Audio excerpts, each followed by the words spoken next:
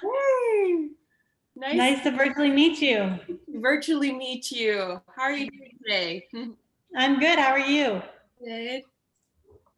Welcome, everyone. Hi, Carrie. Those are I can only see two people's names for some reason. Yeah, it gets a little complicated sometimes. We're gonna give it another couple minutes, let some folks show up, and then we'll dive in. Sounds like a plan. Let me mute my stuff. Thanks for joining so promptly, right at 4. So all of our early birds. Don't want to miss anything. Exactly. Early birds get the win. I always wondered about that. Like, who really wants to eat a worm? Birds. Burns or birds? Birds. Bird. If we were birds. We'll give it like one more minute and we'll just start rolling. Sound good? Yes. I'm honored that you guys are sharing your time with us today. That's pretty sweet. Well, hopefully we'll give you some good information. Yes. Any of y'all just getting your license or already have your license, or is that where is everybody? I got mine in September. All right. Congrats. Congratulations. Does everybody like in the last 5 months have their license or almost have it? I just got mine. Did the exam yet, but so close. So almost and just got it. Yeah. Yay, that's so exciting. Yeah. Congratulations, Thanks. guys. Yeah, it's awesome. It's a great accomplishment. Yeah. Now the fun begins. Right. I'm ready. Let's get started. We're going to reward you guys for being here being here early or on time. My name's Clay Burney. I'm Burney Real Estate Group.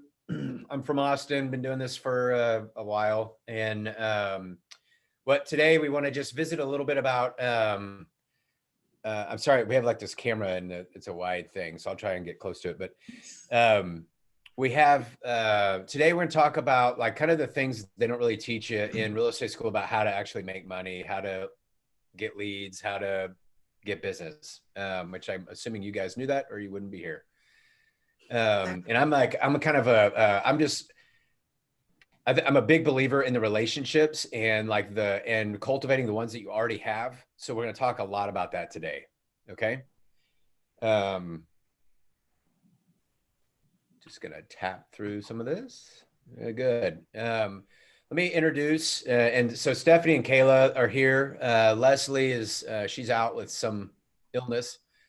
So she's not gonna be able to join us today, but we'll talk about her anyways. But we'll let Stephanie and Kayla introduce themselves and talk a little bit about their journey here so far. My name is Stephanie, and I have been working with Clay on this team for over 6 years now, which is just mind blowing.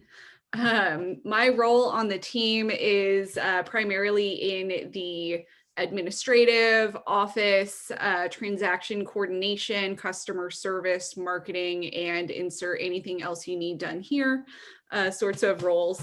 And so I do a lot of the one-on-one work with the clients in terms of the administrative parts of the transaction from the point where they either sign a listing agreement or our buyers get a contract, and then all the way through and beyond closing. Yeah, she does a lot. Most like everything that's done behind the scenes, Stephanie's doing that.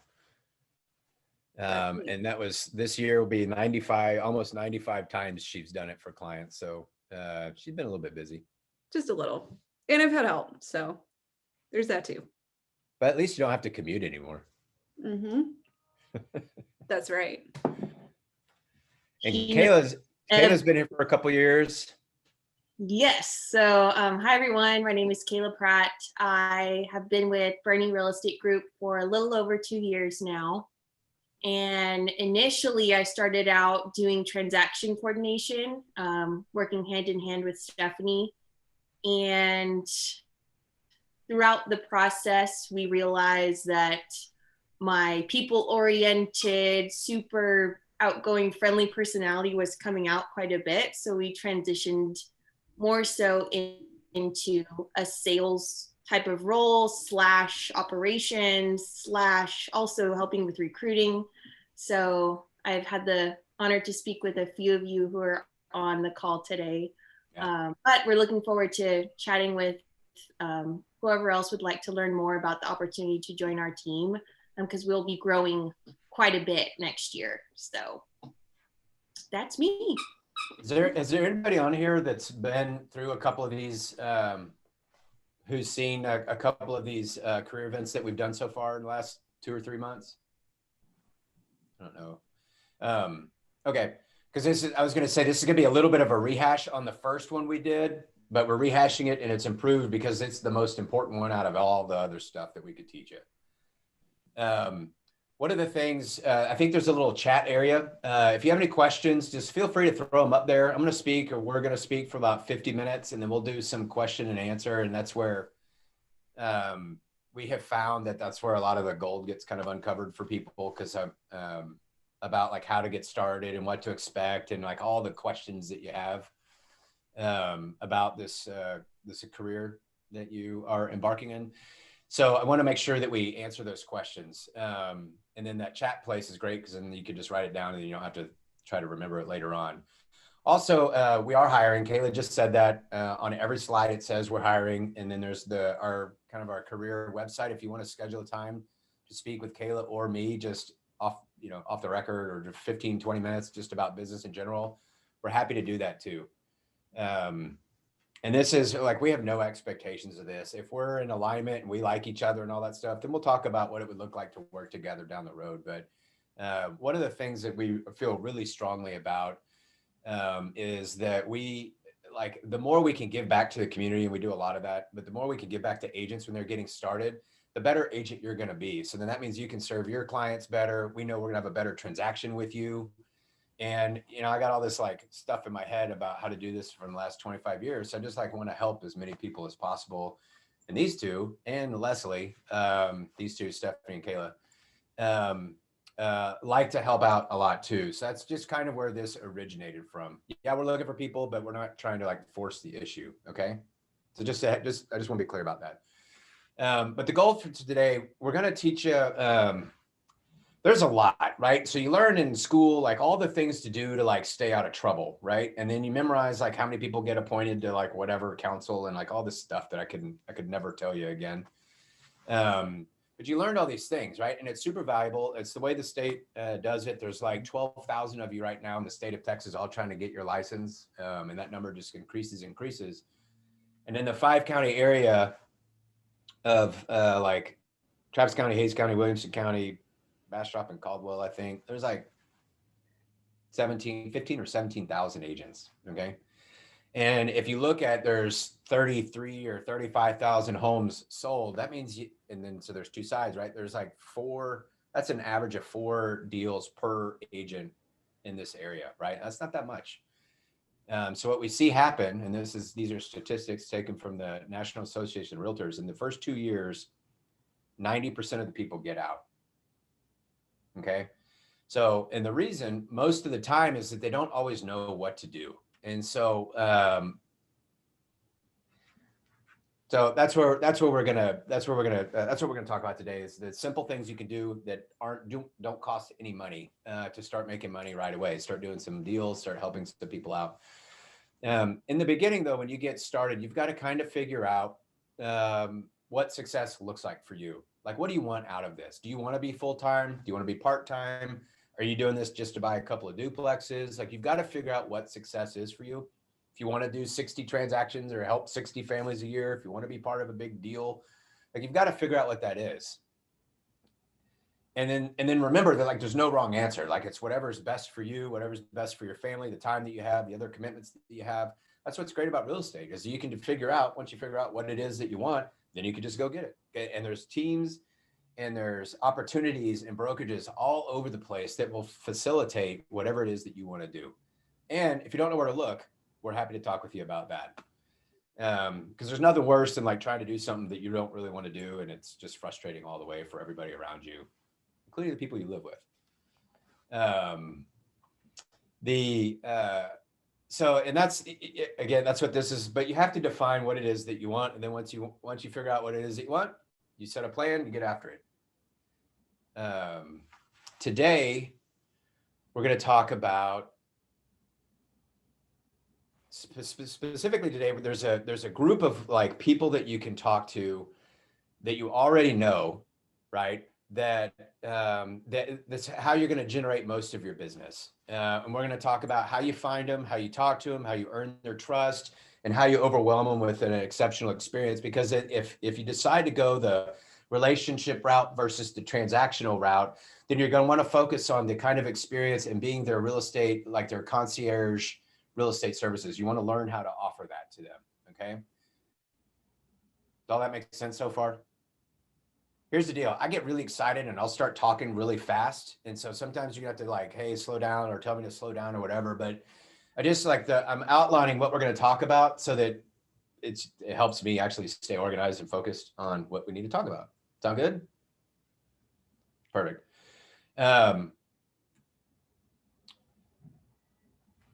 Here's so let me back up a little bit. Our business, the Bernie Real Estate Group, we're very relationship oriented, like the experience, like how people experience us and how they tell people about the experience they had. That really matters to us. I don't know why. It's just how it started 20 something years ago, and something that we built along over the years. Well, I do know why, because it feels better, right? The transactional type is great for some people because you can just pick up the phone, talk to somebody, go meet them, close the deal, never see them again. Some people like that. Some people get really nervous about talking to people they've already done business with, and that's okay.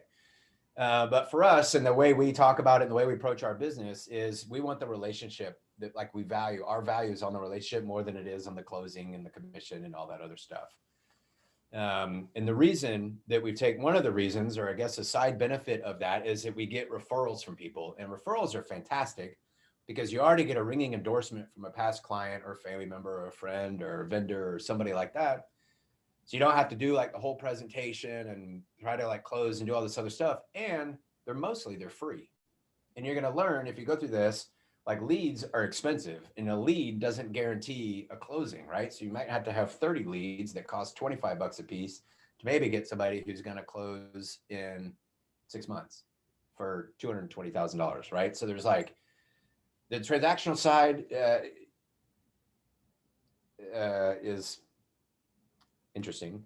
And then the way that we teach and how we approach business is just more fulfilling for us. Okay.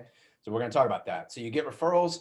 And then when you focus on the exceptional experience, like the why you want to do that, the other benefit is when an agent on the other end of the deal, which right now, this stuff matters because listings, like a home that's for sale and you've got the buyer and you want to go in and make an offer, and the agent's looking at the other 32 offers on the property, but they see your name and they know that you care about how the transaction is, and you know that you're going to make things easier for them.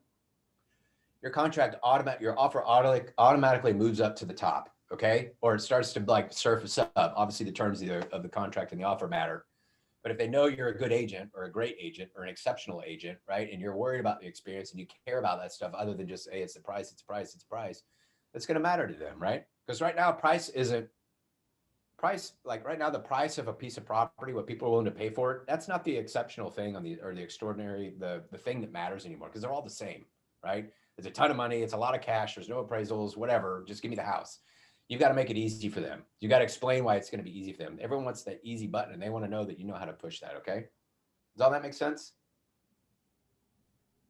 Yes. Thank you. I'm getting excited. I can feel it.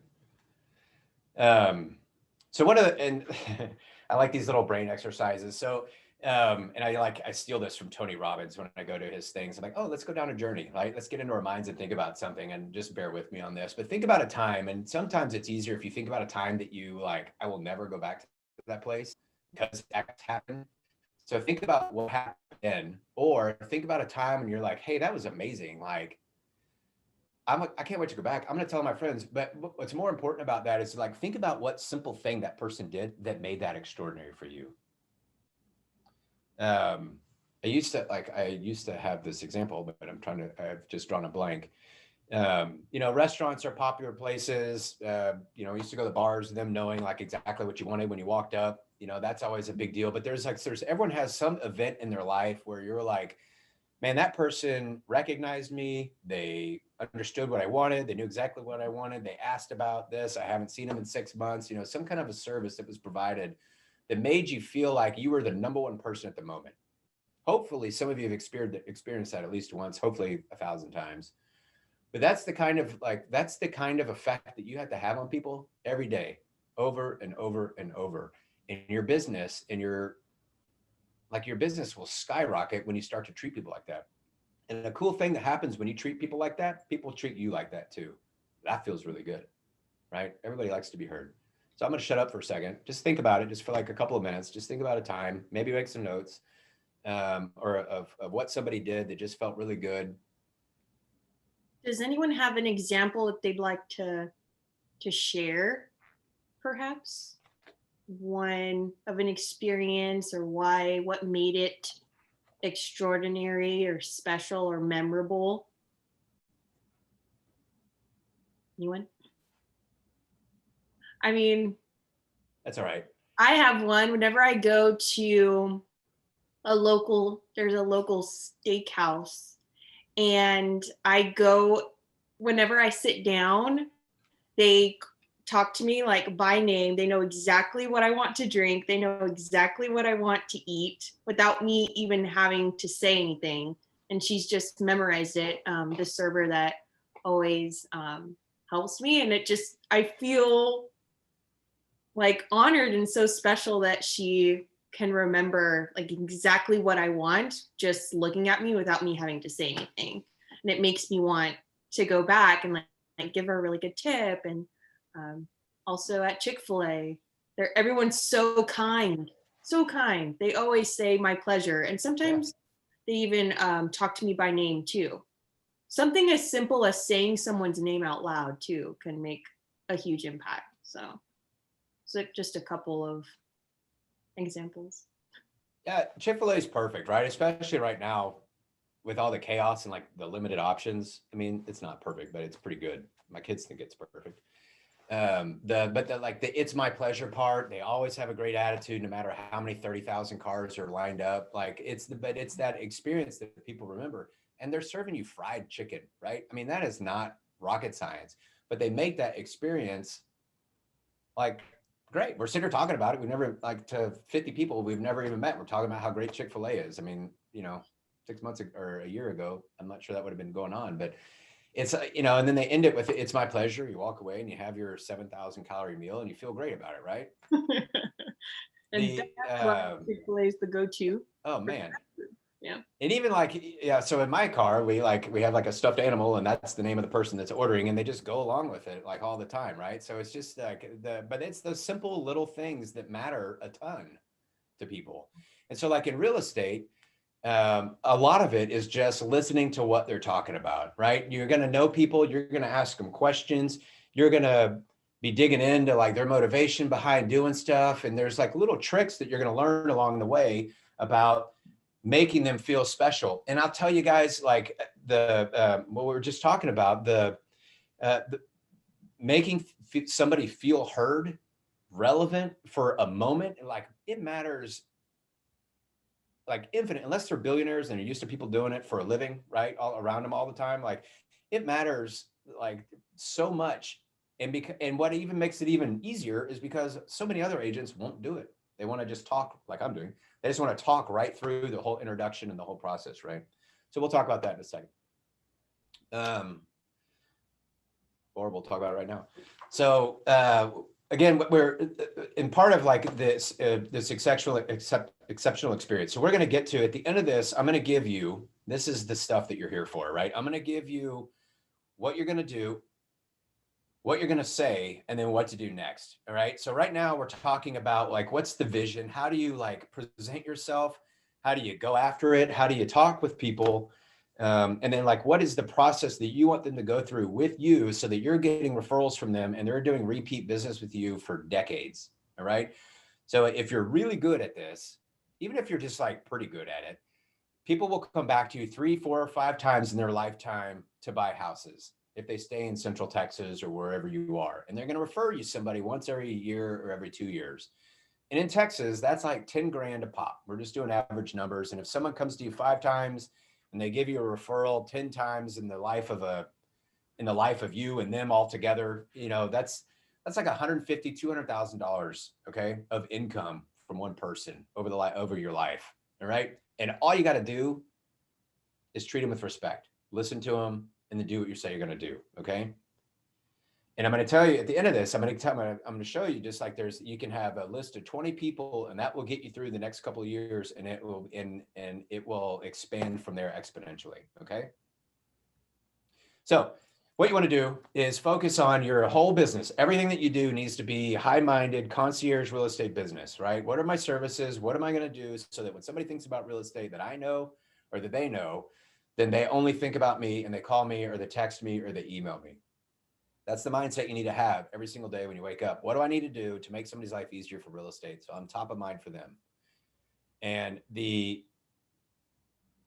there's not a number one thing other than just being consistent about it every single day, but it's massive communication. I ran into this problem this afternoon. I didn't communicate appropriately with somebody about what was like the next step on a business engagement we're trying to do, and it blew up in my face, right? And it was something I knew. I was like, I need to communicate this to this person or I'm going to end up having some kind of problem. And sure enough, I had a problem because I wasn't communicating. I made the excuse that I was too busy. That doesn't matter. That means that guy felt disrespected and he didn't feel like he was number one, right? Cost me some money, made us have to repivot and do a bunch of things this afternoon.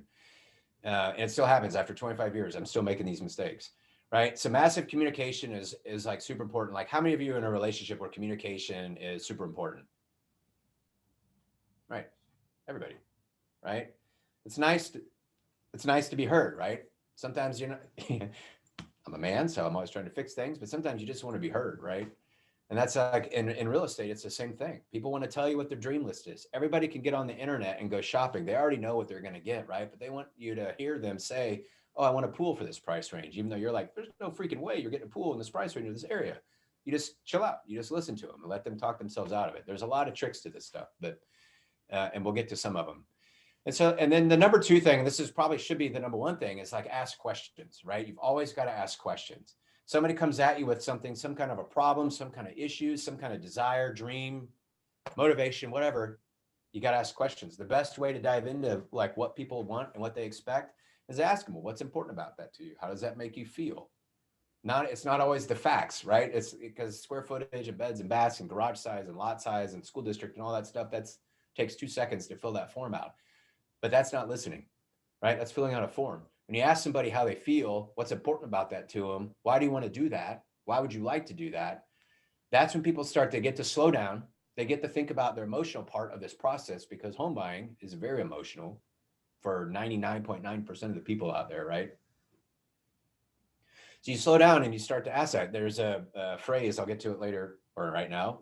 You get 2 ears and 1 mouth for a reason, right? So you just ask the questions and make sure you're listening. And something that helps when you ask them, like, what's important about that school district? You're going to learn some things, and you might learn like, I got a special needs child or something. Like that's not in a form, right? You got to like sit down and slow down and talk to them. And then when you say something like, this is a trick, you can have this one for free. It's like, oh, you have special needs. Okay. Special needs child. I understand. I'm just saying that. That's not everybody says that. But then by repeating that, then they understand that you've heard them, and that to them, they feel like you've just made them number 1, right? And that any other agent out there, like that's a hard thing for them to do. So you've set yourself apart by a mile just by asking questions and slowing down and repeating what they say, right? Write it down, do whatever you need to do. Those are other tricks. So the whole goal of that is, does that all make sense so far?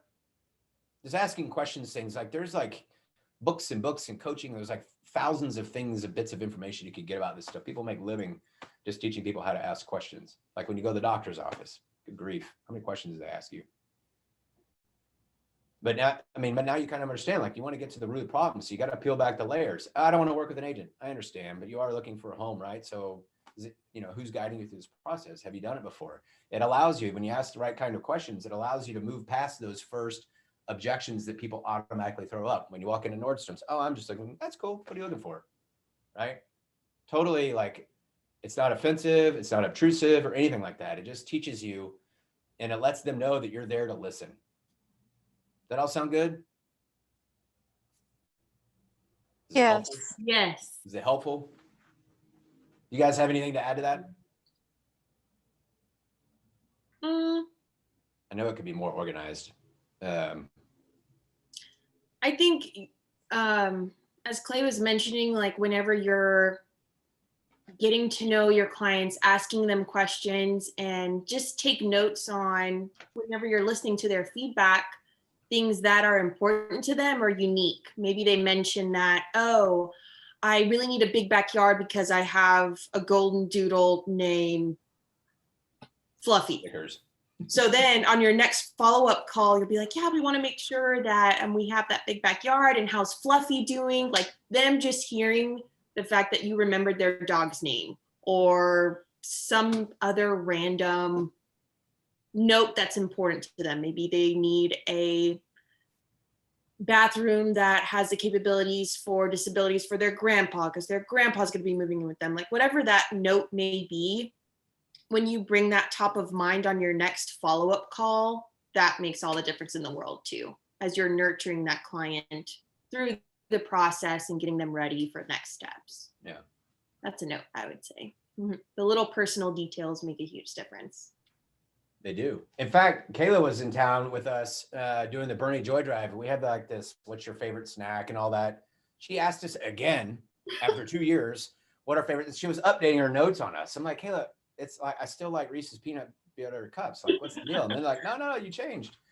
So, but it's those things, and we've known each other, like we talk to each other nonstop. I mean, it's, those kind of things matter to people, right? Because that's when you know, like you've got a relationship, you're connecting. People want to connect. These are high dollar transactions, super stressful for people. They want to know that you're serving them well, you've got a plan and you're connected and you freaking understand what it is that they want, right? It's not always the deal. They want a home most of the time. They just want a home, right? It's got to feel right. And they want the right person guiding them through the process. So those tricks that Kayla was just talking about, they're amazing. Another thing that you'll learn as you start to kind of understand the real estate transaction and some of the red flags and the speed bumps and all the stuff that comes up, and you know your broker, or so everyone's got classes that telling you kind of what's going on right now, is future pricing the process. When somebody comes to you and they're like, hey, we'll buy a house, this is the one, what do we do next, right? And you're gonna say, well, we write an offer. You can't stop there. You have to tell them what's gonna happen next, so that they understand it. And a lot of the times they want to know, but they want to know that you know, right? So if you say, hey, listen, we're going to write this offer, it's going to get accepted. You're going to write this amazing letter, take a selfie, do your thing, do whatever.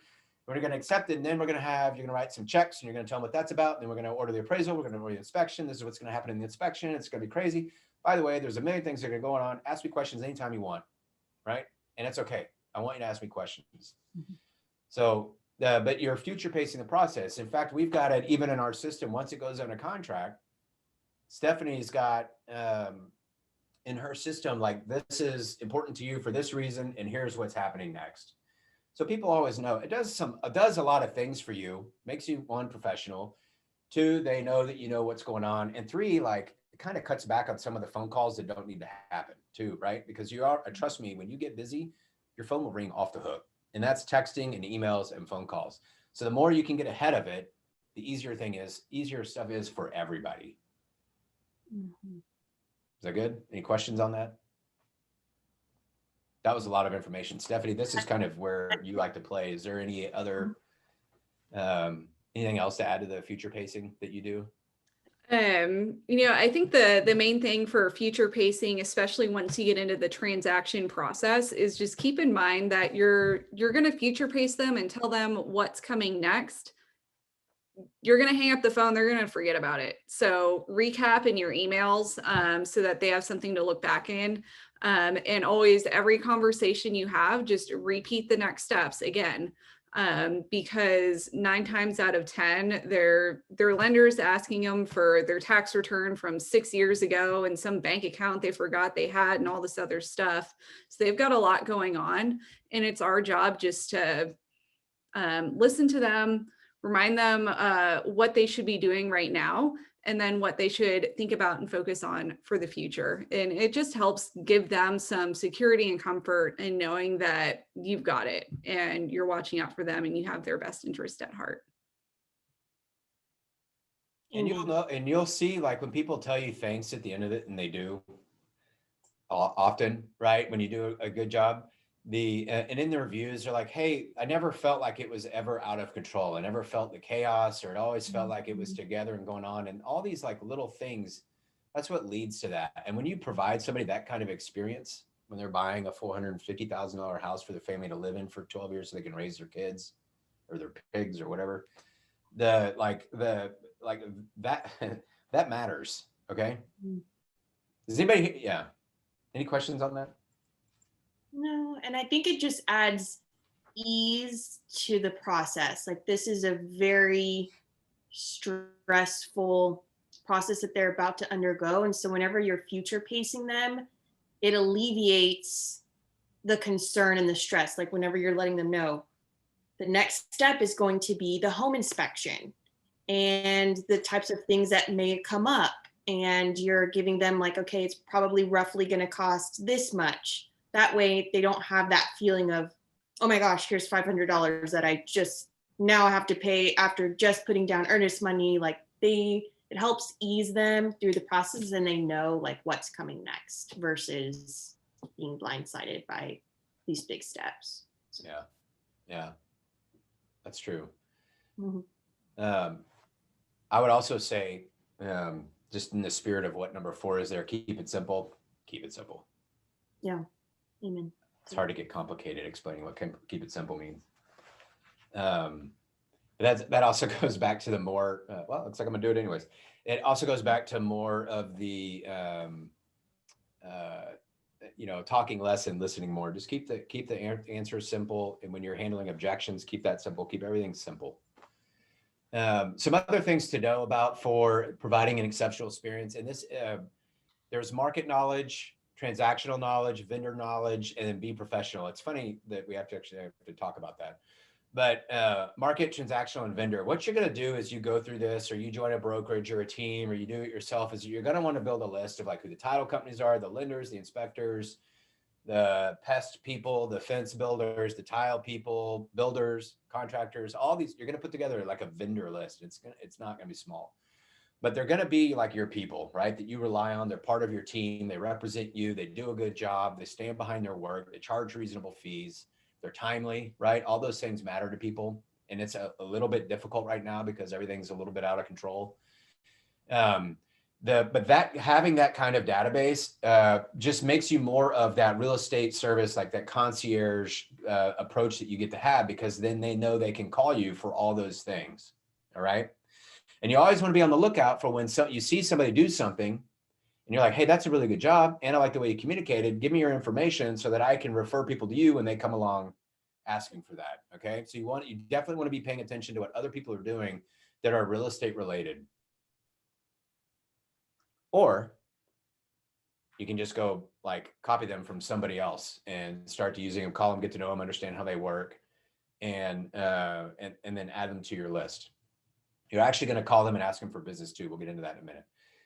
Transactional knowledge, sometimes that just comes with a lot of experience. Sometimes it comes with like somebody, a compliance person in the office explaining this to you, paying really good attention in school. I don't know if they teach all that stuff, but like you want to get really educated on the transactional process of things, or you can outsource it. You can, like Stephanie, or there's other companies out there that will do a transaction type management for you. I think they charge $500 a deal or something like that. When you start doing 100 of those a year, that's kind of a lot of money. But and I'll give you another reason why you don't want to do that in a little bit. And then market knowledge, this is the trickiest part because it actually requires you to go out and like look at real estate for prices and things, that look at features and benefits for the price so that you understand what's going on in the market. I'm going to recommend something to you guys. This is a free tip, but preview property. And if you're going to do an open house, or you have a buyer that's like, I'm kind of interested in this area, go look at houses, right? Go drive by them, go learn what the market is, go learn what the product is. So when somebody asks you a question about it, you can tell them something in return. And then if they want more specific information, I'm sorry, I don't know that yet. Let me know. Give me your information. I'll get back to you. Right. But having market knowledge, understanding what's going on makes you invaluable, makes them not want to go anywhere else because you've got all the insight, right? You can only learn so much from Zillow or whatever people use right now to look around, right? And all that's changing all the time anyways. But knowing what things sell for, price per square foot, what value is a pool, is that side of the street back up to what? High voltage lines matter. Like all those little things, when people say, what do you think about this house? Well, there's a cell phone tower 3 feet away. Do you really want that in your backyard? I mean, like having that kind of thing. People don't like the road noise from 71 in Serene Hills, right? So you got to be careful about that. You want to know those things. People like that. Be professional. It's silly, but dress, speak, have integrity. Like you kind of like how people experience you is what they can expect to experience you from you all the time. You're not always on the phone Zooming. So it's nice. Just clean yourself up, clean your car, do those things. It matters. Wash your car. Try not to, be careful how you smell and your grooming and all that stuff. I mean, it's still like people are a lot more accepting now than they used to be of like how people are, but you got to remember, like they're still interviewing you to handle the biggest financial transaction they're ever going to make in their life at that moment. Right. So you have to treat that with a little bit of respect. Does all that make sense? Yes. Yes. Okay. I bring that up because there's somebody, I had an incident where a guy smelled like he was sleeping on the street from partying in the office. And I was like, bro, like, I get it. You're out having a good time, but you cannot do that in a professional environment. Right. Anyways, so that's how that made it on there. Not in our office, but anyways, weird story. So then earning their trust. So a lot of this is like, you're going to meet people, you're going to talk to them, you're going to tell them that you're in real estate, and you're going to start learning about the market. You're going to start learning about the transactions. You're going to start being really professional about how you present yourself and how you talk about buying and selling homes, right? And while you're doing this, a lot of this stuff that we're talking about is kind of woven into each other. So you've got all these things that we're talking about, you're just earning their trust, right? They need to know that they can trust you. And real estate, it's like, we've been talking about this, it's just a very relational business. You want to, what we hear often is like being on time matters, right? If you don't know the answer to something, say that, tell them when you're going to get the answer and get back to them. And that's actually a big deal because in real estate, people just like to talk as fast as they can and make up things. So think about, like, in your world, what is it like when, what's it like when, like, instantly if you can trust somebody, or instantly if you can't trust somebody, or instantly like you're not sure, right? Think about how that feels, what that person did, how they presented themselves, if they had this like goofy smile, or they were not making eye contact, or those kind of like things. When you're meeting somebody, you're doing the open house and they walk in and they're looking around, like, how are you engaging them? And by the way, it works vice versa, right? So when people are telling you what they want and who they are and if they're qualified and all those things, like, you're getting a vibration and a sense of like what they're telling you, if it's true or not. By the way, that happens too. So like, you're going to have to learn how to ask questions to get in underneath some layers. But just think about I don't know, is there anything in particular like you can think of when you knew instantly you didn't trust somebody, or you did trust somebody, or just, I was supposed to have taken you down that road before I brought this up. That's okay. I don't know. Like for me, a lot of times they have like this warm, like, demeanor to them, like to where you feel like they're going to take care of you, that warm, caring type of persona. And also like intelligent and knowledgeable about the product or the market. But regardless of the industry or like what I'm purchasing, whenever someone has that warm persona versus like a very salesy or very overly direct or overly in your face, that approach is not great. That's just something that I feel. Anybody have any other qualities that you feel For me, it's when really more people are willing to talk or like communicate more from the start. Usually when they're quiet and reserved, it's usually a little harder to find out what they want or what they're really wanting. So usually it's more openness works for me. Yeah, I like that. Yeah. I think it's important that the person that you're, or typically when I trust someone, it's because they're asking intelligent questions and they're not just asking something off a list or something that's canned. They're actually taking the time to really think about my situation and how to make it important for me and personalize it to me. And vice versa on the end that, if I'm giving someone some service, that I'm not just going through a script. Absolutely. Like an authentic experience and authentic communication makes all the difference in the world. I agree. Yeah, totally. Yeah, awesome. Thanks for sharing. Yeah.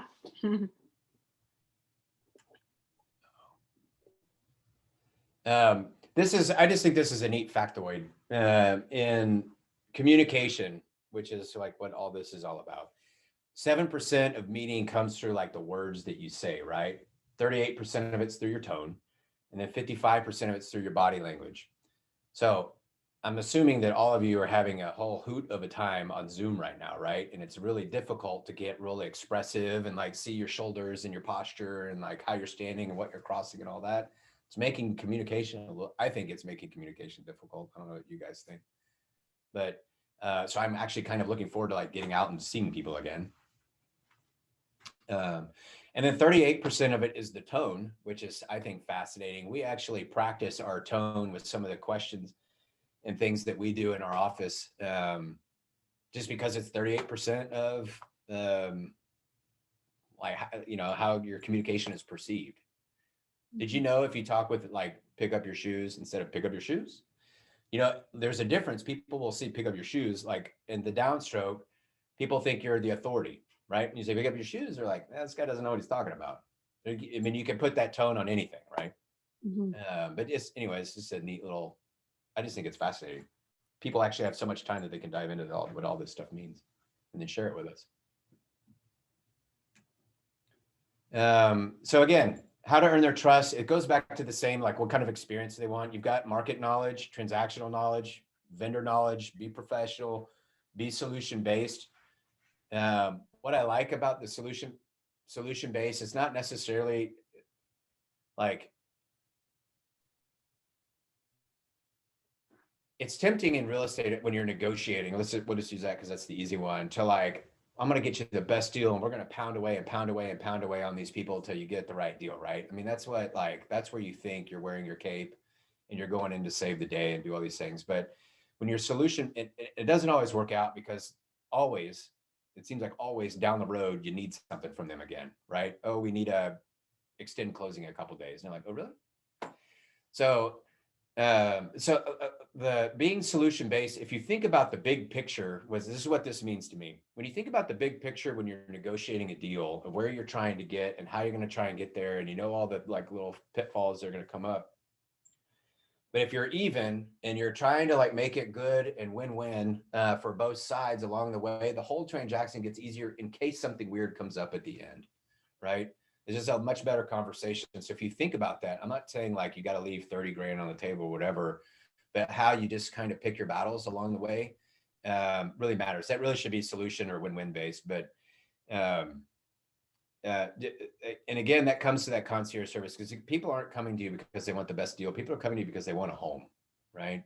Now, if they're coming to you because they want to sell a house, then the money matters. But right now, the money is the easy thing to get. It's how easy it is to get it that's the more difficult part of this transaction. Any questions there? We're covering so many things. And that's another part about real estate. Like, there's so many things. There's so many ways to make money. There's so many like careers you can have. There's so many things that can happen in a transaction. So many people you can talk to, especially in Austin. I have a question. It might be a little bit off of like a more of a tangent than I'm thinking, but in that whole like win-win and everything. So say people are, the house was on the market for 420, it appraised at like 430 or something, but then it went under contract for 490. So then all of a sudden you're trying to get into a negotiating of how the money is going to be handled at the end. Is that like kind of like a negotiating thing? Sometimes people end up having to work through. Yeah. You know, it's Carrie. Is it Carrie? That's Yeah. it, right? Yeah. That's a great question. In fact, and that right there is probably the thing that's going on the most right now that's causing the most problems. But it's also, if you're solution based, you're future pacing that and you're handling it way up front, right? So if you're in a multiple offer situation, which if you're in real estate right now, you are, you tell your buyers, hey, listen, we actually also have some appraisals. Well, yeah. There's what's going to happen is you're going to agree to pay more for this than an appraiser is going to think it's worth. And you've got to make up in your mind how much more you're willing to pay after we agree to a price with this person, right?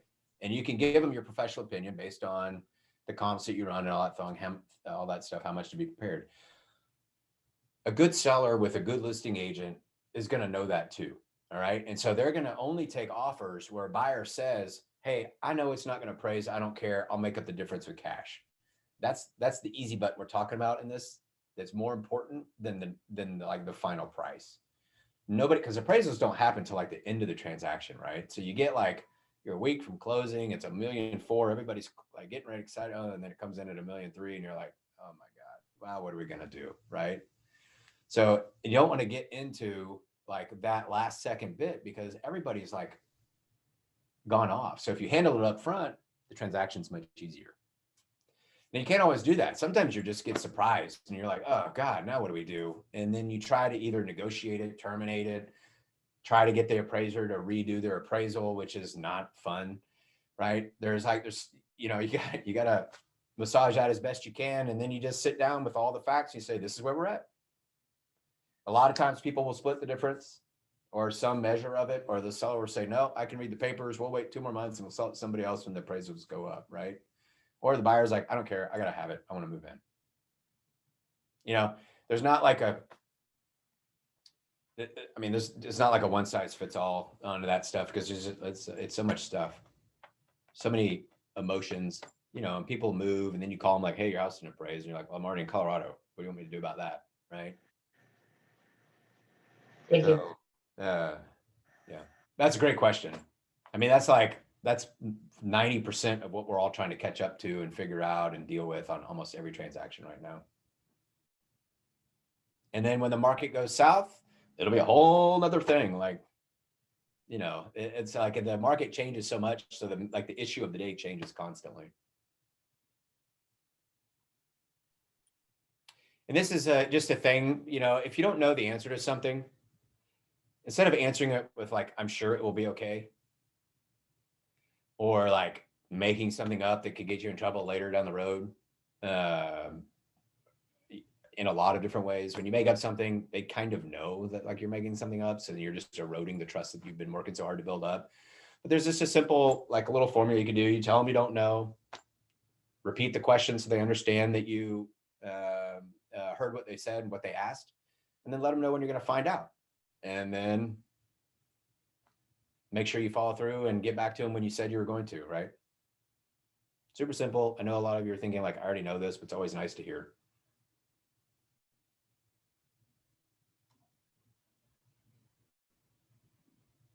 We're getting there, guys. The good stuff's coming, I promise. Oh, It's here. Okay. So let me see, how much time do we have? All right. For the next 10 minutes, you're going to go through an easy exercise. So we've talked about like how you decided the kind of business you want to have, relationship based. You're the real estate service concierge. Like everybody knows that they're going to call you to get all the real estate questions answered, right? So you're going to have all this stuff, but who is it that's going to call you? You just started. You don't really know how to talk to people about it. You don't know how to ask for business. You're not sure where to get started. Where's your first buyer going to come from? In the beginning, if you do it right, 100% of your business will come from people you already know. In my world right now, 55 to 65, depends on the year, of our business comes from people we've already served, or we already know, or we've met through like a mutual introduction or something like that. We're not crazy, heavy, hardcore, like people that go out and look for leads and network and do all these other things. We focus on our people. We go super deep with them. They know we're their real estate resource. Referrals and repeat business comes in constantly, all the time. I can count on it, right? And that's what I recommend you have, because that's the cheapest kind of business to run. And it's really rewarding, right? Because you feel good all the time. You're serving people that you love. So what you want to do, since you just got out of school, or you're just kind of getting started, or you're already starting, but you're still wondering how to do things, look at your phone, take everybody in your favorites and everybody that's in your directory, however many it is, it doesn't matter. And you write them down on a list, okay? Or put them in an Excel, put their name, their phone number, their email address, all right? And then you're gonna, and then you're gonna rate them. Okay. And like A plus, like mom's an A plus, because she'll talk to you no matter what, most of the time. And she's always going to be like your biggest advocate, right? So like your biggest advocates, or the biggest influencers of the people that you know, are going to be in the top. Now let's talk about what an influencer is. That's somebody that you know that knows a lot of people, and they like to talk to you, right? They like you. So think about it, your friends, you want, if they're really your friends and your family and you like them, they really want you to be successful, right? And you really want them to be successful. So these are the people that are in your A's. You're going to call them at least once a month. I'll tell you what you're going to say. Your B's are people that, you know, they're not quite A's, but you still like them. You're still glad you know them. You recognize them on the street. You talk to them a little bit. You can talk some shop every once in a while, but you're going to ask them for business too. And then C's are like, what are they doing on your phone? Does all that make sense so far? Sometimes you put people on your phone, so when they call, you know not to answer it, right? Just kidding. Hopefully you've only got one or less of those. And this is what you're going to say. Super simple. We do this in our office all day long. We call people. We ask them how they are. We ask them if they know of anybody that we can serve, buy or sell real estate. And that's it. Now, it's not every phone call, right? But in our world, in our CRM, we know that we need to touch these people every so often based on how they kind of rate in our system, if you want to call it rate, how we categorize them in our system, right? So if I've got somebody that's an A plus, I talk to them all the time already. I know that like once every 3 weeks, I just got to ask the question, hey, real quick, who do you know that's buy or sell real estate? They expect me to ask it, right? So when you get started, you're going to say, take a picture of this, guys. You're going to, because I'm telling you, this is good. Like, this is how you make money in real estate when you first start. Trust me. Trust me. I've just passed studying my real estate exam. I passed my exam, right? I'm not always going to call you to talk about business, but this is important to me. And I know you want to see me successful. Maybe every month or two, I'm going to ask you for referrals. You know, someone who wants to buy a house, sell a house, or invest in real estate. It's really important that you ask those, because you're putting it in their mind that you're the person they're going to call when somebody says, buy a house, sell a house, or invest in real estate. You got it. Y'all understand that so far? Buy a house, sell a house, invest in real estate. When they hear that, they think of you. You have to like brainwash them. And the only way to do that is to repeatedly ask them these questions. Okay. Now, if they like you and they know that you're going to bust your hump for them, and that you're trustworthy, you operate with integrity, you know the market, you're learning the market, you know how transactions are, you future pace it, they want you to be successful. And as you're successful, you're going to be communicating with them. Hey, I just sold this house. You know of anybody that wants to look at this? Hey, I just listed this. Do you know anybody that wants to be in this area? Well, tell me about it. You tell them about it. Who do you know? Right? You're in real estate. So you have to be your biggest advocate. And it's your job to make your A pluses and your A's and your B's the next biggest advocates that you have. Otherwise, you're just buying leads all the time and you're cold calling people, trying to like talk them into doing business with you, which some people do. It's just not that much fun. I have a question on buying leads. So I was talking to another real estate agent the other day, and she said, I never buy leads. You know, so I'm new to Texas, moved here a year ago from Colorado. So I was just curious. My husband and I have been, you know, throwing that kind of stuff around, you know, buying leads from Facebook, paying for Facebook ads, or, you know, biting the big bullet and buying leads from Zillow, you know. Anyway, do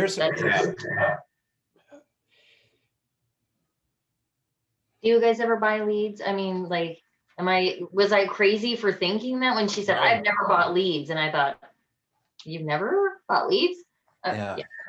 It's a system. The trick with buying leads is it's a system. Okay. So like and it's a 6 month at a minimum type system. So like, excuse me, if you're going to commit to that, then you got to know that you got to commit to it for like a year. Because it's going to take, you might get one, but it takes a while to nurture those relationships along, to get them to trust you, to get them to not look anywhere else. If they're looking on Zillow, they're looking on Redfin, they're looking on Realtor.com, they're looking on Trulia. I mean, they're all over the place. There's probably 10 other agents that have their information, right? So you're paying 25 bucks a lead or whatever it is now, depending on the zip code, to be one of the lucky people that's talking to them about real estate, and you're trying to differentiate yourself with them. There are, and I will tell you right now in Austin, Texas, the competition is fierce, okay, for online leads and all that. It is fierce. And there are teams out there that have $1 million budgets that buy these things, okay? So if you live in an apartment or you live in a community, you're better off spending that money, I think, having an event, promoting yourself, okay? Because it's going to take just as long. You're going to spend a whole heck of a lot less money. And you're probably going to be meeting people that like improve your life, right? Online leads, you're not meeting anybody. Yeah. So you can't ever expand your database except for what you pay for per person to get into it. Luckily, like literally guys, for a year, we pay thousands and thousands and thousands of dollars to use Commissions Sync, that system. I got one deal out of it. I had this whole office was full of people calling them. I had the wrong people, but it was also not the right system, right? It didn't feel good to us. It was too transactional. It was hard.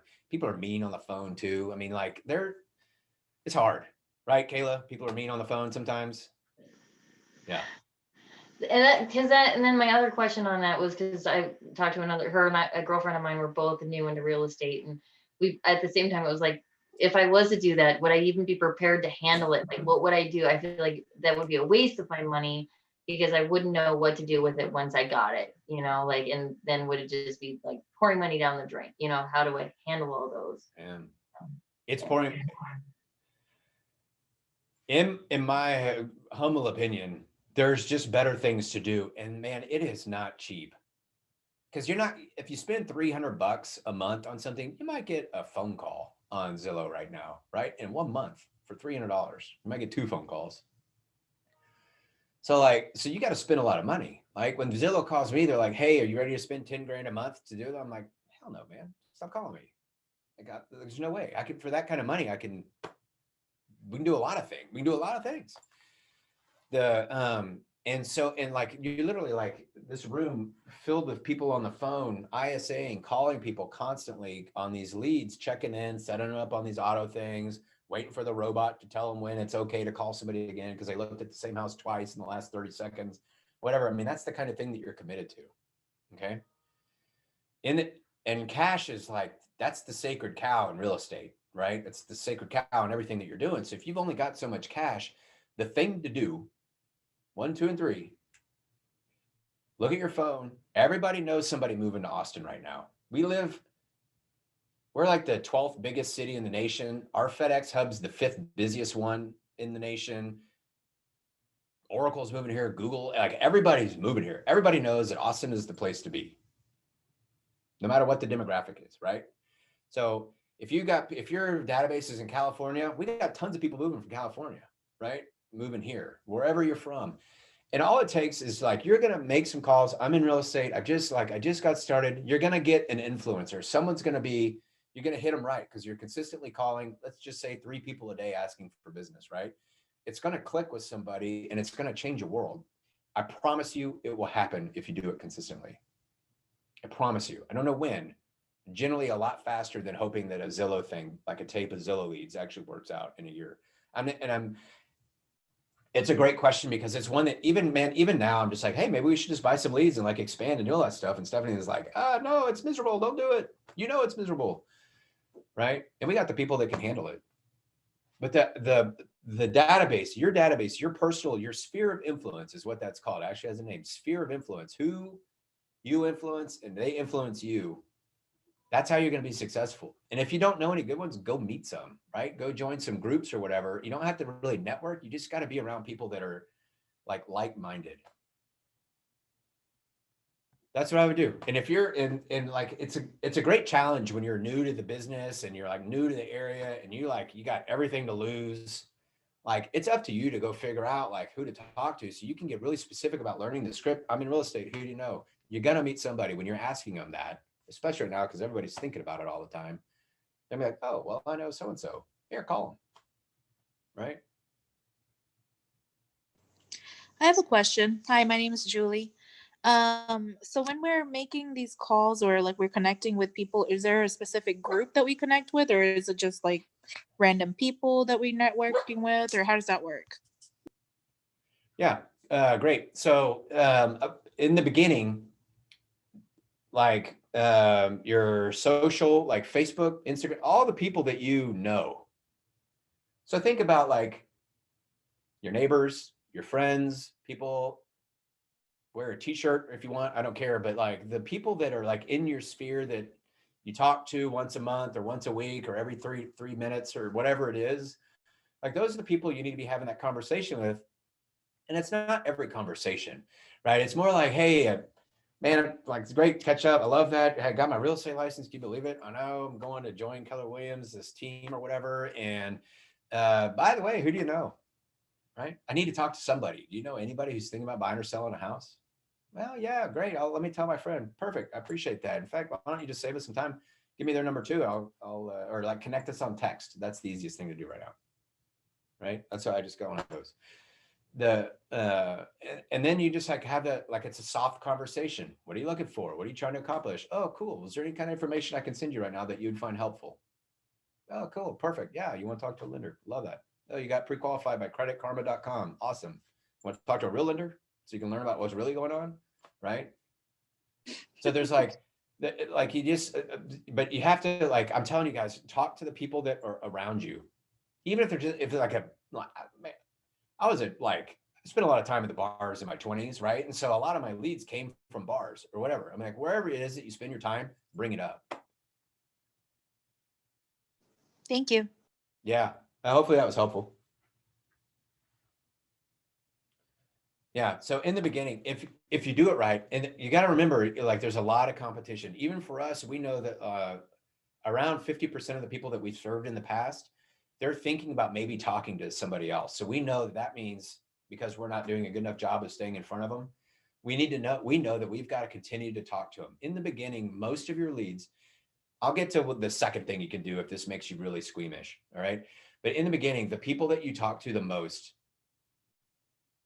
day in and day out, week in, week out, month in, month out, I cannot stress this enough. This is where you will build your business. This will be the foundation of your business.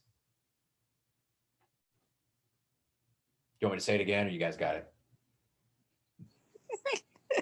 Got it.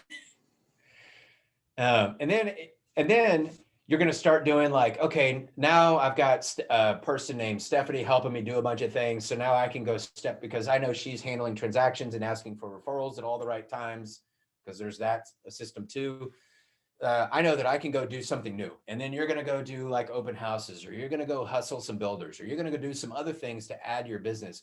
In the beginning, what's also great about helping a brother or sister or a cousin or somebody like that in the beginning is that you can make a little, like some small mistakes along the way and start to figure that stuff out, right? They're patient with you, you're patient with them.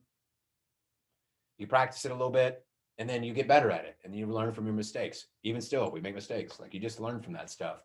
But it's super, just recommend it.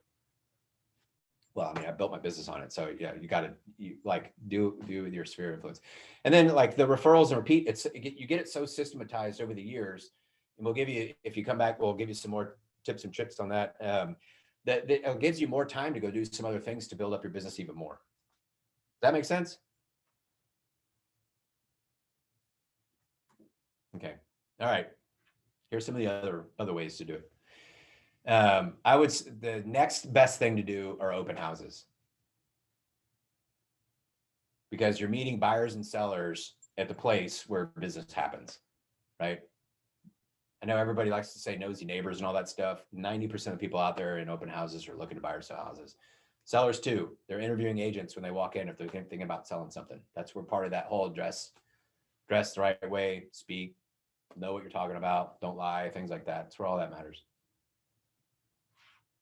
Networking, we talked about that. Team leads. What's great about teams, and we're a team, right? So what we've built means that other agents can come in and they can leverage us and Stephanie and Kayla and me for like what we know, our systems and all that, so they can just focus on their thing, their people. They just want to do the one thing they're really good at, and that's closing deals or serving other families or whatever, right? We give them listings for open houses. We help them with leads.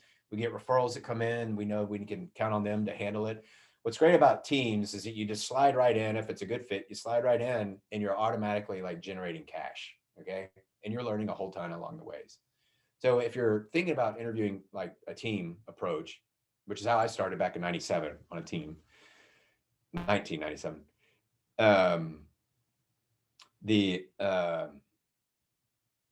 forgot what I was saying. I just got so blown away by 1997. But anyways, you just like you interview teams and find out, because everyone's got a different approach, right? So you want to find out like, what's their one thing? What's their selling proposition? How are you, the agent, going to be successful on this team? Do they have a path? Do they have a plan? Does it make sense with what my values are, right? Are they growth minded? Are they just transactional? Care about the relationships? They're all out there. They're all over the place, right? But you can just slide right in, you do your deal, you start getting paid right away, right? Being a single agent right now, I think is really hard because there's so many things that happen in a transaction or to get people's attention or to do that. Like it's hard. It's hard on team. Paid online leads, mailing and farming, those, and then for sale by owners expireds. That's actually, if you can figure out, unlock that secret, that's probably the easiest way to start making some quick cash, get some good listings. The problem is right now, there's no expired listings to call on, or there's a few, but do you really want something that can't sell in today's market? And then for sale by owner, we've actually been really blessed with some of the for sale by owners that we've called upon. Like one of them ended up selling like 32 houses with us. That was a for sale by owner.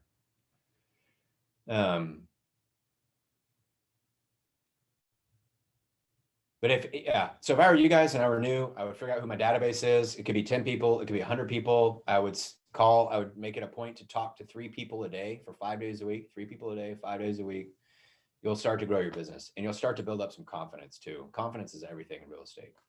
You walk into a house, meet somebody, they ask you some questions, you can confidently answer it. Everybody loves being in business with people like that. Handwritten notes are huge. The universe rewards gratitude. How many of you like to be thanked for being an amazing person by your partner? I know I do. I mean, it speaks volumes when you send thank you notes. Does anybody write handwritten thank you notes? I know we do on our team. Probably not enough. Yeah. People, do they ever say like, thanks for the note? So I do it mostly. I am right now in apartment management. So I haven't really had too many people say thank you, but I do like the personalized touch that it offers. Yeah, but it matters to people. I'll walk into a listing appointment and I'll see my notes on their refrigerator. I mean, that's when I know I can just put the presentation away and get out the paperwork, right? One of probably the most important about this, when I was just saying 3 people, 5 days a week, 3 people, 5 days a week, it's the consistency of it. Warren Buffett says that compound interest is like the 8th wonder of the world. If you do the same thing consistently over and over and over, talk to people, ask them about business, it will grow your business exponentially. I'm living proof of it, like exponentially that it happens. And it's just the easiest thing to do. Just wake up, commit to like 2 hours of it, go learn the market. Then when you're done with it, go reward yourself with a whatever lunch, go preview some property. And instantly you'll become the real estate expert in your sphere of influence. And that's the goal. 2 ears, 1 mouth. We talked about that. Okay. So we're going to open up for question and answers. Real quick though, if you want to have a conversation with Kayla or with me, if you go to Bernie Careers, you can like schedule a time. It gives you 15 or 30 minutes in our calendars. And we're happy to talk more with you about some of the stuff in private if you like. And if you want to look under the hood of what our team is like, then we can talk about that too. That is all. And thank you. Are there any questions? Comments? So I am scheduled to have a consultation on Tuesday. With us? Yes. Good. But Kayla and Stephanie, because I keep getting emails from like the both of them, because Kayla will send one and then Stephanie, I'll register and then Stephanie responds. I love how your team, I'm like, I know all these people. You've met us all. Yeah, well, except for you, but now I finally have. And but it's funny, when I first came across your team, I was like, is it Burn? Do you get that a lot? We get called a lot of things. But that Bernie is what, but we answer to most all of it. Yeah. So I was actually just curious about like what your team looks like. I was really excited when I came across your team and saw that you were hiring. So right now I'm with the Keller Williams Northwest, as an independent contributor. And so I've been looking at what teams do. When I first became an agent, it wasn't ever discussed about teams.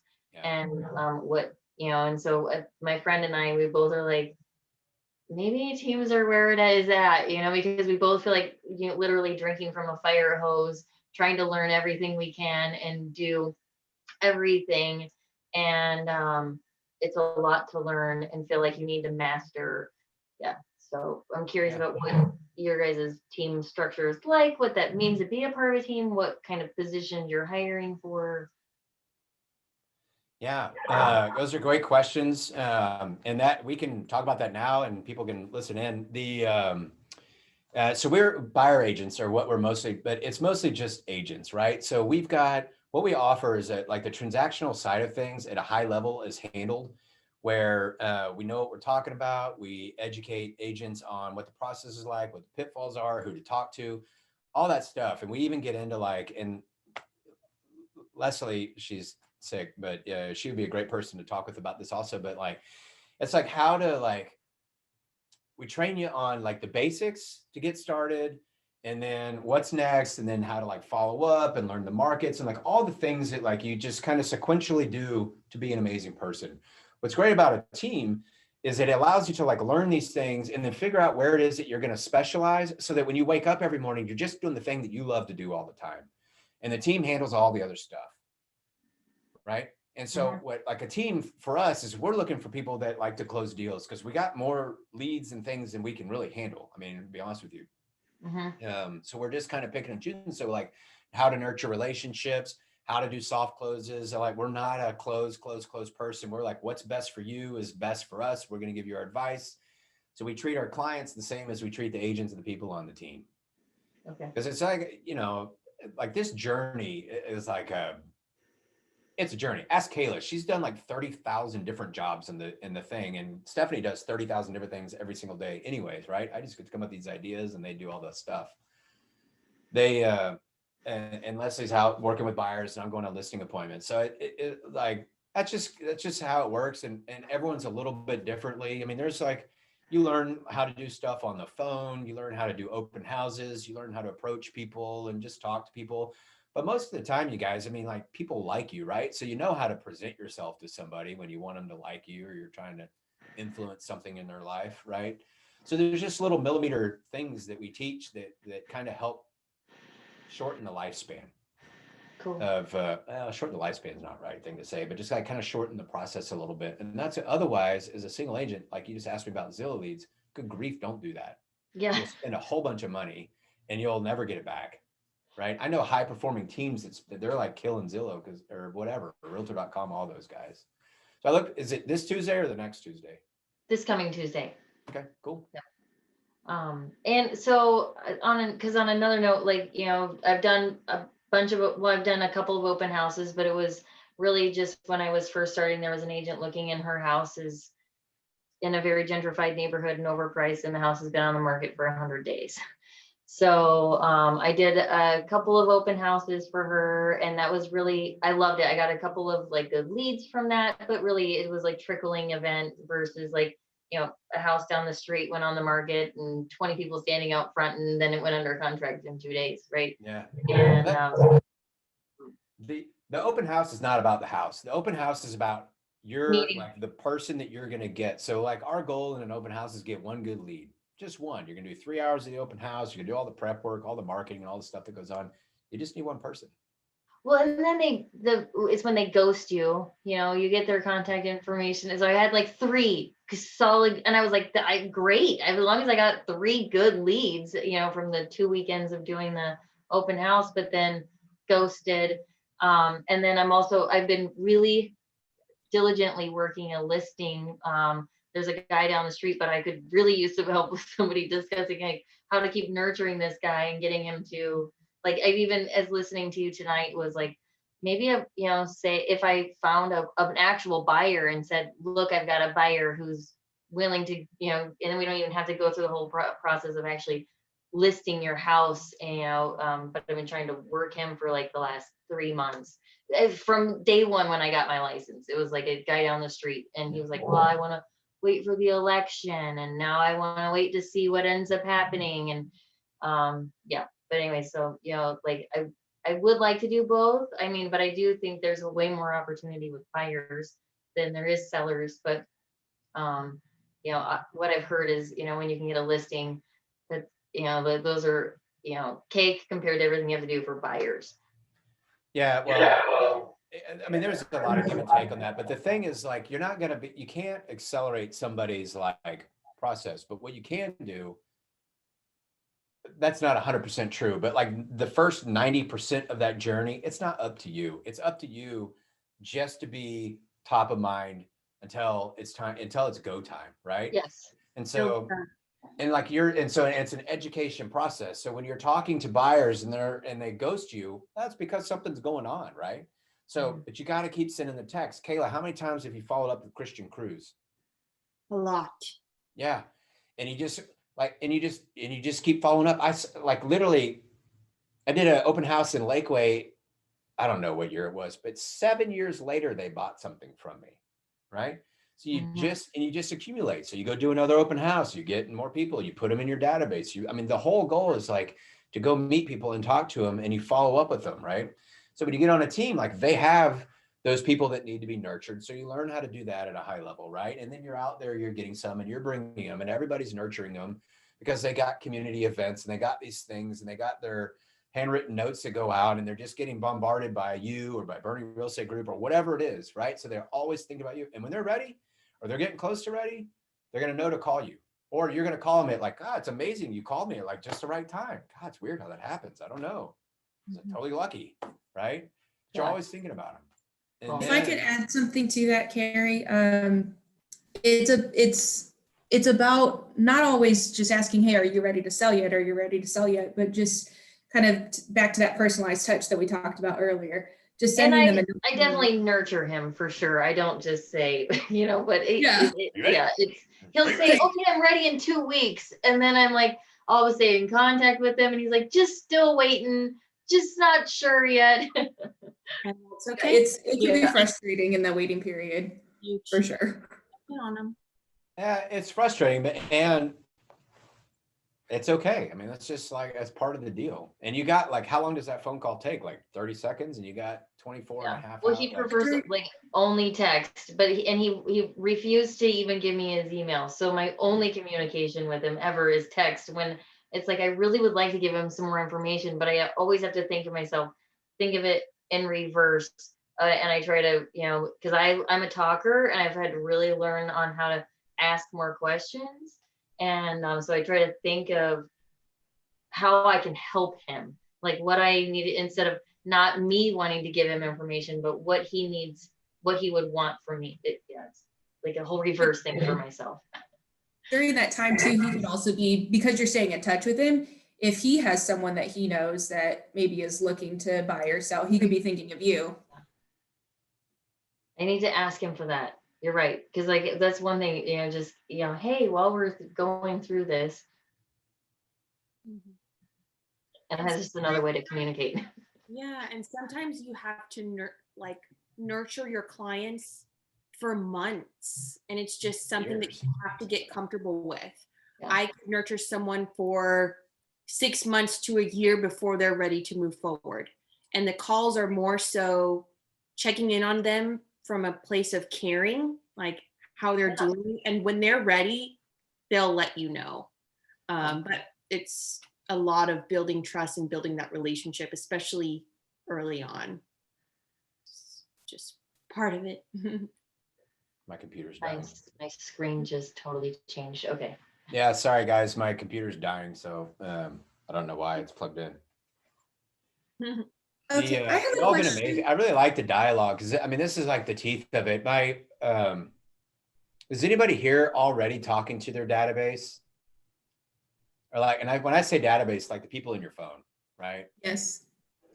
So I don't even have my license yet, but yes. Good.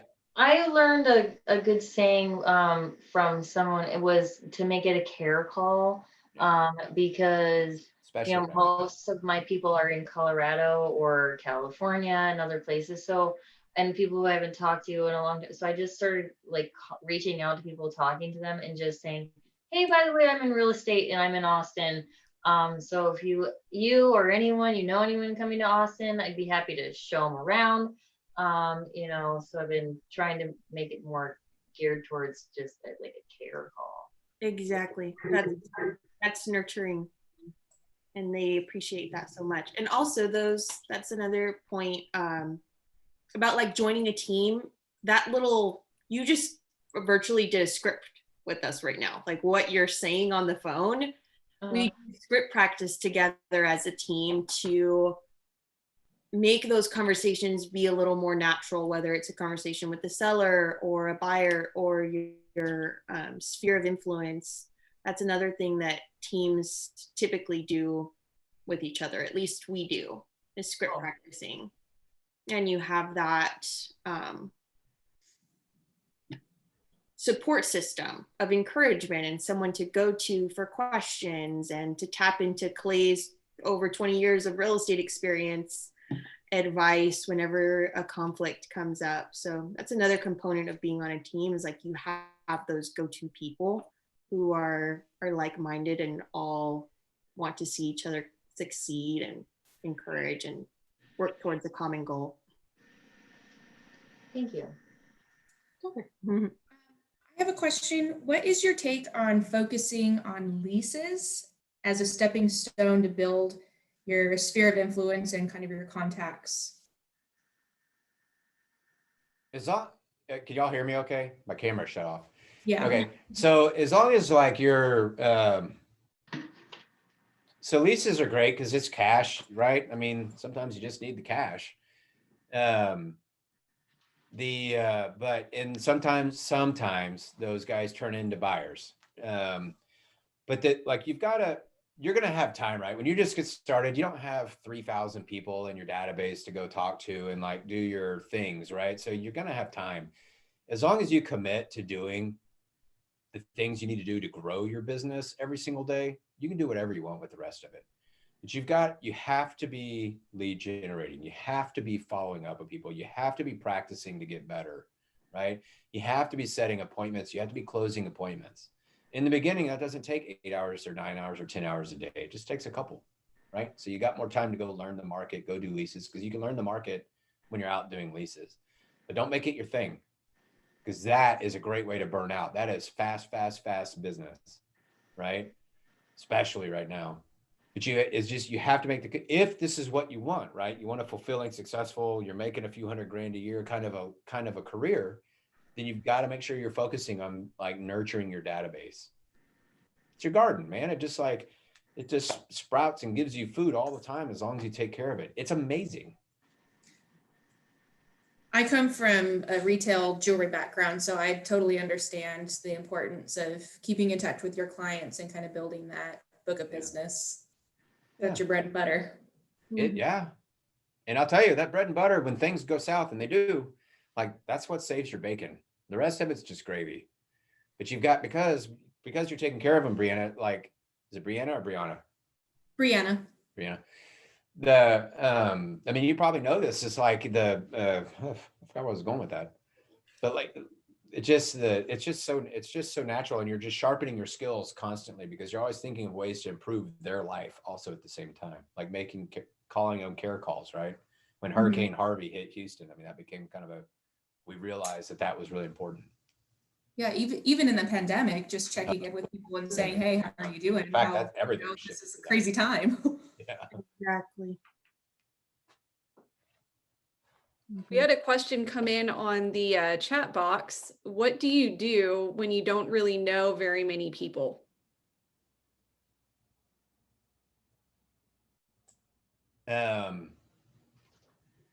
Think about, okay, what I did was I did open houses like 4 days a week, right? Constantly. I mean, you got to think about where are the buyers and sellers. You got to get in front of them, right? You're going to have to learn how to be comfortable doing that. It's exhausting, tiring work, but you're having conversations with people that want to buy or sell houses. Put yourself in a position to meet new people. Yeah. It's a little more challenging right now since a lot of things are closed with the pandemic going on. But another thing you could do is the few people that you do know, ask them who they know and go through their sphere of influence to see how you can serve people they know. And then everything just begins to grow and facilitate from that point. Is this a tough market to host open houses right now? Less because of the pandemic. Well, I'm sure it's pandemic related, but the houses are just selling so fast. Right. Right. They can hardly stay on the market long enough to do anything. But even like, Carrie, when you were doing the overpriced or whatever, like it's still like you were there, you had signs out. There's nowhere else for buyers to go. So they're going to come see you anyways, right? Just to see like what's up. So I would find a way, like Kayla was saying, like you want to set yourself up for success every day. Do the thing, call somebody, ask them who they know. And if like you just run out of things to do, then you got to go like meet people, open houses, go to meet up, find a group of people that, has similar interests and go do that. You have to do that, right? You have to I do joined something. a whole bunch of meetup groups for that reason. Yeah. Even something as simple as going to the gas station and now you are talking to the person behind the cash register and you are building a relationship with that person. Like find a way to make small connections that can lead to referrals or relationships later down the line for you to foster. Yeah. You just remind me, one of my girlfriends sent me a text from Instagram and it was like somebody got into their Uber, and then they get out of the car and they're like, good luck with the divorce. There's no way the judge couldn't like you, all this good stuff. And she was like, Carrie, that's so you. You get into a car and you are that person's best friend by the time you're out. Yeah. And on that note, Clay, when one point we were talking, you were going over stuff, you had said, you were talking about competition being fierce, and we were talking about spending money for leads, and you said, there's so many other things you could do with like $10,000. So like do those things. So like have an event and promote yourself. Like what kind of things do you think you could do to kind of like, I'm getting ready to have a little Christmas party here this weekend, but again, it's all people I know. Yeah, but that's perfect. Get some kind of creative little like, hey, I'm in real estate. I want to be your realtor like thing and like give it to people. Okay. You're not going to, here's the thing. It's like, you just got to try stuff, like fun things over and over and over. And people like, just to stay top of mind. The whole trick is to stay top of mind with people. So if you got people over, they better damn well not be leaving your house without knowing that you're in real estate and you're the person they're going to call and refer to their friends and their family. Okay. Cool. You're going through all that effort to do that. I know you like them and all that stuff, but man, we're talking about like how you feed your family, right? How you going to like create wealth, things like that.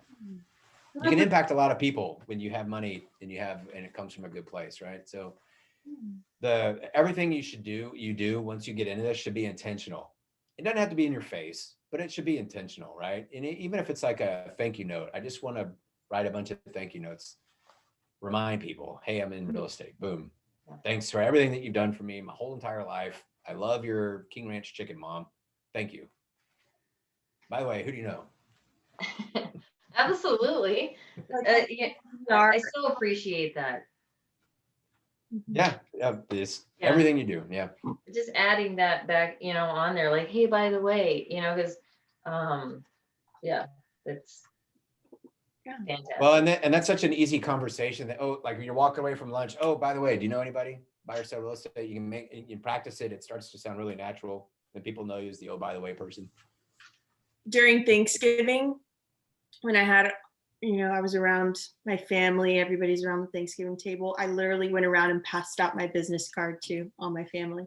It's like, if you guys know of anybody who wants to buy or something, let me know. And just the little things like that. Or maybe if you have everyone over for a Christmas party, do a little PR item, like maybe, I don't know how things go with like the pandemic and baked goods, but a I just little made a ton of fudge. Oh, okay, fudge is a little yummy. something cute, and put a bow and put your business card on the bow with the cookies or the candy, and here you go. Ah, Now you've just warmed their heart and they have your little business card there. Like Cool. just And they're eating fudge. and then yeah. I'm gonna do that. Thank you. Because I was gonna make it. I didn't even think, I'm like know them all, but I should still put my card on it. Yeah, yeah. totally. Mhm. So Thank you. absolutely. Mm, Any other questions? I have a question that I'm going to direct towards Clay. If you could give Our your questions are hard. no, they're not. They're normally like, "What's your favorite color? What's your favorite snack?" Anyways, okay, Clay. If you could give your younger self 20 years ago, your real estate agent self, one piece of advice, what would it be? Oh, Like the main golden nugget. it would be don't give up. Like it would be centered around something like that.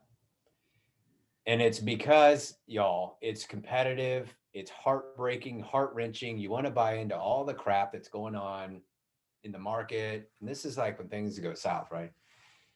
The second thing I would say is focus on the higher price stuff. I think that matters a little bit less, but it's the emotional part of it, because you got to be in it every single day, or you're gonna lay in bed and cry yourself to sleep like 13 times a day. Maybe don't give up. It's worth it. The other side's worth it. I don't even know what's on the other side yet. And I still think like this has been the most amazing journey I've had. And I have made some colossal mistakes, y'all. Colossal. Over and over and over.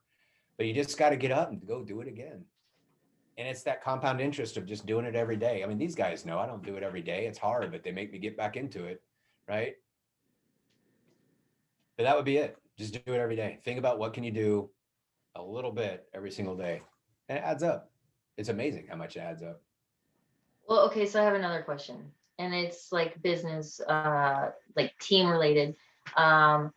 If Okay. so I know this, we're not in like an interview right now or anything and going over like specifics and stuff, but does your team, when people work for your team, do you offer any type of benefits?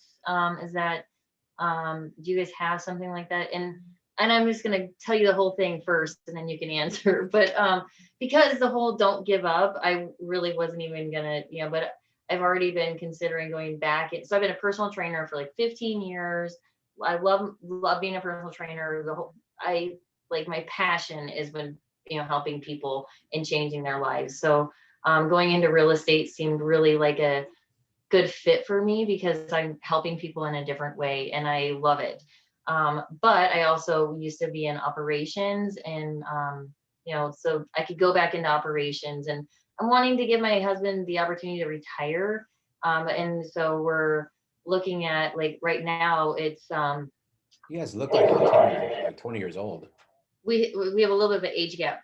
And so he could, but we're like, the biggest thing we need is like health insurance, and if I went back into operations, I'm then covering our health insurance, but yet what I want to do is real estate, and right now I'm not doing a lot, I'm trying to get things going. So I don't want to give up when I'm only been 3 months in, and yeah, so that's just a question.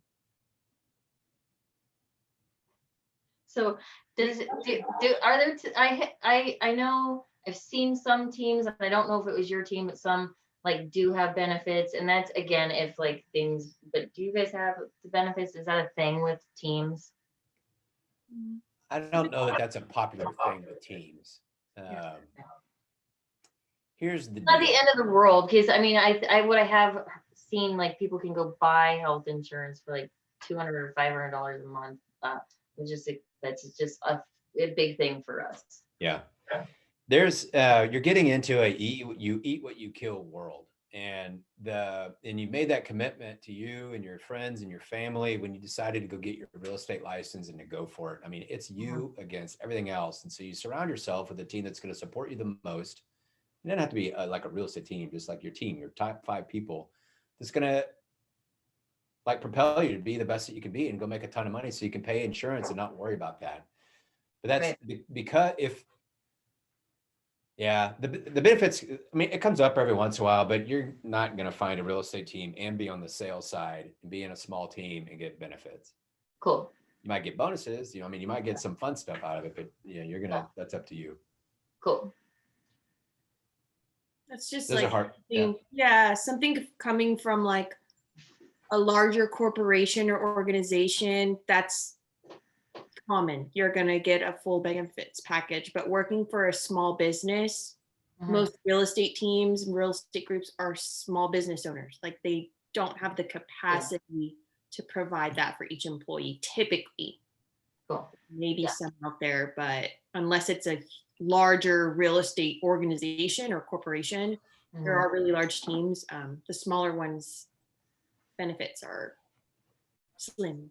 Yeah. Correct me if I'm wrong, you could maybe find something on the administrative level, like an assistant licensed because you're licensed, and possibly have something that way. Is that correct? Yeah, I mean, you can, but there's guys, the benefits, like if you're trying to find benefits, go work at Nike or something. I mean, this isn't, benefits isn't like the real estate, selling real estate's not about benefits and security. I mean, it is, but that's not what you're going to get right out of the chute. Yeah. Hopefully you've saved up some money and you're going to go bust your ass to go sell some houses and meet some people, right? Yeah. That's what it's about. I mean, I have time. Like I said, this is just is something I'm always considering, right? Because in my life, like in moving down here into Austin was, I'm so excited to be in real estate and have the opportunity to reinvent myself because I know that I'm capable of this. And so I have the time. It's just that's in my mind always, I think in every parent, life, that's something that they consider. And but that is no way like the only reason I got it. I mean, obviously if I knew that was going to be a deal breaker, I probably wouldn't have gone into real estate, right?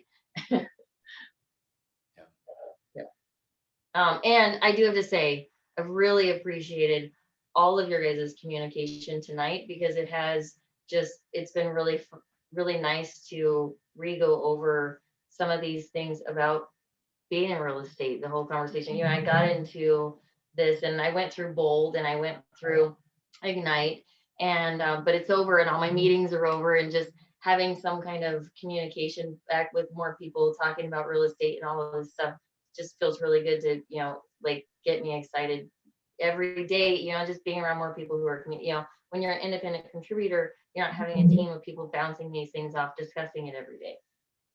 Yeah. The benefit of it is you do have that core group to bounce ideas off of and have some encouragement. So there's a benefit. It's not, Yeah. it's not money. Kayla's a benefit. Stephanie's a benefit. Yeah. You guys have been amazing. Any other questions or anything? I got to get home to dinner. It was nice meeting all of you. Thank you. It was such a pleasure to virtually meet all of you. Thank you for joining us today. Yeah, Thank you for putting that together. Thanks, Bye, everybody. everybody. Have a great night. Bye.